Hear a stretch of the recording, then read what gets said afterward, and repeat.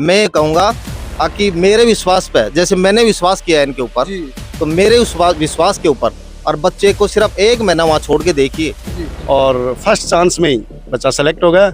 आने वाले 8-9 साल में आप देख लेना कि ये राजस्थान का भविष्य होगा। ग्राम पंचायत नांगलिया गुजरवास का मैं सरपंच हूँ, तो मैं हर आदमी को ये बताना चाहता हूँ कि उस एकेडमी में हम नॉर्मल खर्चे में हमारे बच्चे को भविष्य सुधार सकते हैं। आज तक हमने इतनी उपलब्धि हासिल नहीं की, बच्चे ने भी किसी ने नहीं की। ऑल इंडिया में 15वीं रैंक लाना बहुत असंभव बात। कितनी मेहनत करवाए। हर एकेडमी के पास 1000 2,000 बच्चे हैं, हमारे पास तो 30-35 बच्चे ही होते हैं। जो आप विजय MNS एकेडमी को देता हूँ, जो गांव के एक सामान्य परिवार के बच्चे को सिखलाई देके और एक भारत के अंदर 15वीं रैंक हासिल करवाई है। सबसे ज़्यादा प्रतिभा विद्याधर जी और समस्त स्टाफ को देता हूँ मैं। खेतड़ी उपखंड ग्राम पंचायत बड़ाव में स्थित है विजय MNS एकेडमी, जो बच्चों के सपनों को लेकर दिन रात काम करती है। और ग्रामीण क्षेत्र में ये एकेडमी स्थित है, और उस एकेडमी ने एक ऐसे हीरे को आज मंजिल तक पहुंचाया है जिसकी हम कल्पना नहीं कर सकते। पूरे भारतवर्ष में 15वीं रैंक लाना बहुत बड़ी बात है। एक इतना बड़ा भारत देश है जिसमें 15वीं रैंक लाना, और वो भी ग्रामीण क्षेत्र का बच्चा जहां पे सुविधाओं का अभाव होता है, और वहां का बच्चा निकलकर और पूरे भारतवर्ष में 15वीं रैंक लाए, तो उनके माता पिता का और उनके गांव का नाम रोशन इस कदर हो गया कि लोग आज खुशी से उनके स्वागत में पूरा गाँव है जो उमड़ गया है।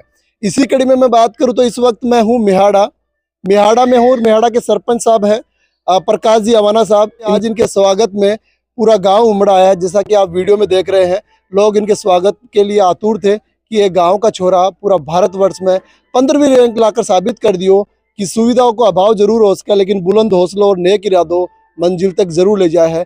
बातचीत करांगा पूरी। पहले तो ये बच्चा है जिनका सिलेक्शन हुआ है, इनसे बात करेंगे। क्या नाम है आपका? मेरा नाम आयुष कुमार है। आयुष कुमार। अच्छा, कहाँ पढ़ते थे आप? मैं विजय MNS एकेडमी। कितने सालों से पढ़ रहे थे? मैं 2 सालों से। 2 सालों से। अभी आपका सिलेक्शन किस में हुआ? मेरा मिलिट्री स्कूल धौलपुर में। अच्छा, कौन सी रैंक आई है पूरे भारत में? पूरे भारत में 15वीं रैंक 15वीं रैंक है। अच्छा, अभी मेरा सवाल आपसे ये है कि आप विजय MNS एकेडमी में आप पढ़ते थे, आप ग्रामीण क्षेत्र की एकेडमी में पढ़ते थे, कैसा लगा वहाँ का वातावरण? वहाँ वातावरण घर जैसा वातावरण था। मतलब घर का जैसा आपको वहाँ पे वातावरण मिला। आपने सोचा था भाई कि हमें 15वीं रैंक हासिल हो जाएगी पूरे भारतवर्ष में? इसके पीछे आपके शिक्षकों का कितना क्या मतलब पूरा सपोर्ट रहा आपको? बहुत ज्यादा सपोर्ट था शिक्षक को। एक क्वेश्चन को कितनी बार पूछो, 10 बार बताते थे जी। बहुत सपोर्ट था। क्या कहेंगे उस एकेडमी के बारे में जिन्होंने आपका सिलेक्शन दिया? बहुत अच्छी एकेडमी थी, जो एक ग्रामीण बच्चे को उठा के कितने बड़ी। एक बात तो आप ये देख सकते हैं कि बच्चा छोटा ही है, लेकिन इसकी बोलने की शैली से आप आंकलन कर सकते हैं कि ये प्रतिभा है कहाँ तक जाएगी। वरना इतना छोटा बच्चा इतने लोगों के बीच बोल नहीं पाता है, लेकिन जिस प्रकार से शब्दों को तार्किक रूप से शब्दों को रख रहा है, ये व्यवहार, ये चीज़ें, संस्कार, ये सब चीज़ें दिखाती है कि आप कौन सी संस्था में पढ़े हैं।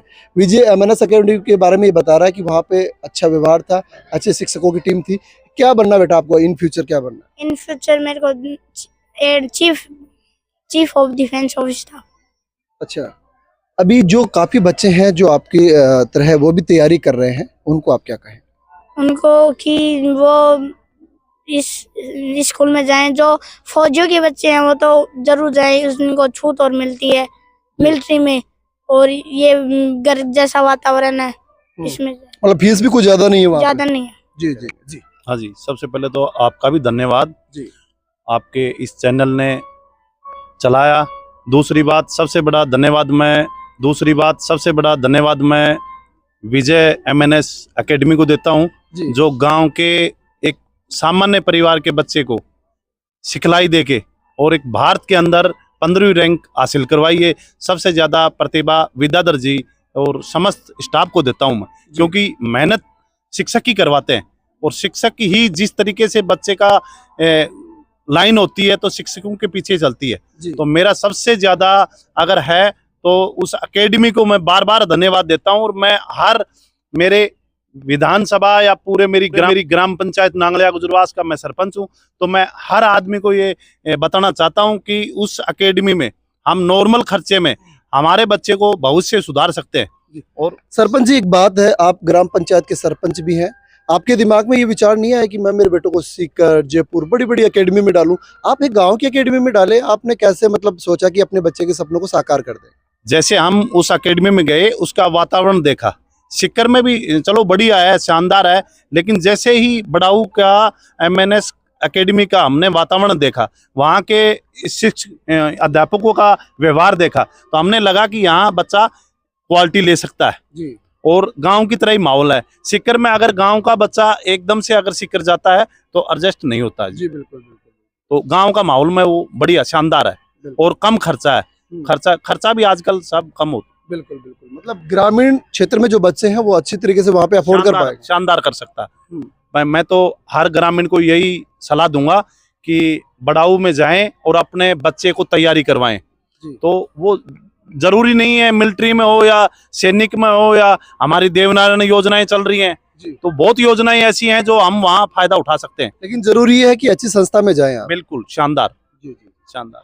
जी सर, नमस्ते। नमस्ते। क्या कहेंगे बच्चे की इस उपलब्धि पे? ये आज गौरवान्वित करने वाला पल है। अभी बच्चे ने 15th जो रैंक हासिल की है ऑल ओवर इंडिया, और सबसे बड़ा गौरवान्वित करने वाला ये है कि जिसका जो सिलेक्शन हुआ है धौलपुर मिलिट्री स्कूल में, उसमें माननीय पूर्व मुख्यमंत्री अखिलेश यादव भी पढ़े हैं। और ये बच्चा तो वैसे ही, इनसे सबसे ज्यादा तो मैं बधाई देना चाहूंगा और धन्यवाद देना चाहूंगा विद्याधर जी को और उसकी पूरी टीम को, जिन्होंने इन्हें तराश के और इस लायक बनाया। जी आपको मिलवाएंगे जिनकी प्रशंसा कर रहे हैं, और प्रशंसा होनी भी चाहिए, क्यों नहीं हो। जिस प्रकार से कह रहे हैं कि जिन्होंने गांव में मतलब झोपड़ी में बैठी खोपड़ी को तराश कर मंजिल तक पहुंचाने का काम किया है, वो सर हमारे साथ है विद्याधर जी, जिन्होंने एक सपने के तहत गांव में एक एकेडमी की स्थापना की। और उस एकेडमी की मैं बात करूं तो उस एकेडमी से ये नहीं है कि यहाँ के लोग पढ़ते हैं, ऑल ओवर इंडिया के बच्चे हैं वहाँ पे पढ़ते हैं, वहाँ पे हॉस्टल की सुविधा भी है। सर क्या कहेंगे बच्चे की इस उपलब्धि पे आप? पहला सर, मैं तो सबसे पहले इस आयुष कुमार को ही धन्यवाद देता हूँ। हमें तैयारी करवाते हुए 7-8 साल हो गई, लेकिन आज तक हमने इतनी उपलब्धि हासिल नहीं की, बच्चे ने भी किसी ने नहीं की। ऑल इंडिया में 15वीं रैंक लाना बहुत असंभव बात है। कितनी मेहनत करवाए। हर एकेडमी के पास 1000 2-2000 बच्चे हैं, हमारे पास तो 30-35 बच्चे ही होते हैं, जो आपने देखा होगा। तो इस बच्चे ने भी काफ़ी सहयोग किया हमारा, और टीम ने भी पूरा प्रयास किया। फिर साथ साथ घर वालों को भी धन्यवाद देता हूँ कि हमें उन्होंने सेलेक्ट किया कि ये कुछ कर सकते हैं। बिल्कुल। तो उनको भी धन्यवाद दूंगा कि हमारे पास उन्होंने छोड़ा, विश्वास किया, और हम आज मंजिल पर पहुंच गए। आने वाले 7-8 साल में शायद ये बच्चा राजस्थान का नाम रोशन करेगा, मतलब यही उम्मीद। और सुनने में ये आया कि देश की टॉप जो स्कूल है वो इनको मिलने वाली है। इनको धौलपुर मिली है, और फर्स्ट चॉइस धौलपुरी थी, वही इसको मिल गई है बच्चे को। जी, काफी अभिभावक का विचार कर रहे हैं नवोदय, सैनिक, मिलिट्री और देवनारायण, तो आप उनको क्या कहेंगे? मैं तो उनको यही कहूँगा, आप देखें, हमारी संस्था में आए, विजिट करें, खाना देखें, व्यवस्था देखें, और फिर हमारे पास बच्चे को छोड़ें। हम उनकी उम्मीदों पर खरा उतरेंगे।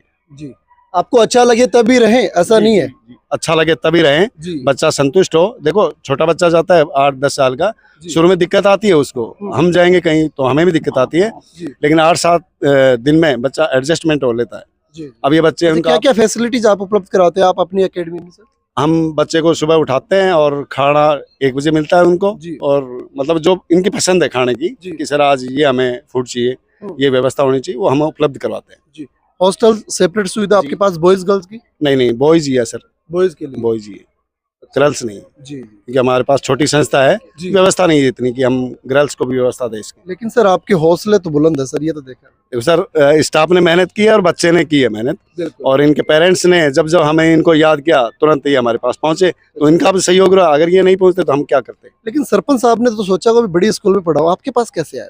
जी सर, इनका यही तो विश्वास है ना कि हम पर इन्होंने विश्वास किया, और आज इन्होंने, शायद हमने तो कल्पना नहीं की थी कि 15वीं रैंक ऑल इंडिया आ जाएगी, और शायद इन्होंने भी नहीं की कि सेलेक्ट हो जाए बच्चा, और फर्स्ट चांस में ही बच्चा सेलेक्ट हो गया।